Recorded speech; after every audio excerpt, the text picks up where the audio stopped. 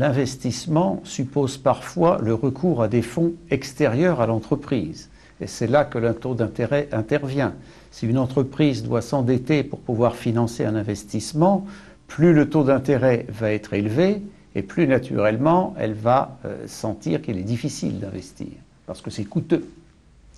Cela étant, il faut faire une distinction. Un taux d'intérêt est quelque chose d'assez abstrait. Tout va dépendre de la manière dont l'entreprise fait évoluer ses prix. Un taux d'intérêt donné, 5% par exemple, ne veut pas dire la même chose pour une entreprise dont les prix augmentent de 2% par an ou pour une entreprise dont les prix augmentent de 10% par an. Parce que dans le premier cas, vous aurez des taux d'intérêt pour l'entreprise qui seront positifs et dans le deuxième, des taux qui seront négatifs. C'est un premier point important. Le deuxième point, c'est que le taux d'intérêt, c'est quelque chose au milieu d'autres choses. Ce n'est pas la seule motivation d'investir que d'avoir des taux d'intérêt faibles. Si les taux d'intérêt sont faibles, par exemple, mais qu'on ne ressente pas le besoin de la part de clients d'acheter la marchandise fabriquée par l'entreprise, on voit mal l'intérêt d'investir. Donc, l'aspect débouché est essentiel, parce que si, à contrario, on voit les débouchés évoluer de manière très dynamique, on donnera moins d'importance au niveau des taux d'intérêt, bien sûr. Ça, c'est une première nuance. Deuxième nuance, c'est qu'il y a des raisons pour investir qui n'ont pas grand-chose à voir avec les débouchés. Par exemple, on peut investir pour des raisons stratégiques, augmenter la part de marché.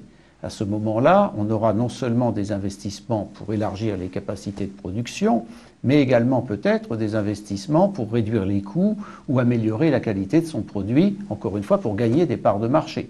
Là encore, c'est un deuxième motif à côté du niveau du taux d'intérêt ou des débouchés. Et enfin, il faut tenir compte, bien entendu, de la situation financière des entreprises. Si vous avez une entreprise qui autofinance quasiment la totalité de son investissement, elle va être beaucoup moins sensible au taux d'intérêt puisqu'elle aura moins besoin de faire appel aux fonds extérieurs.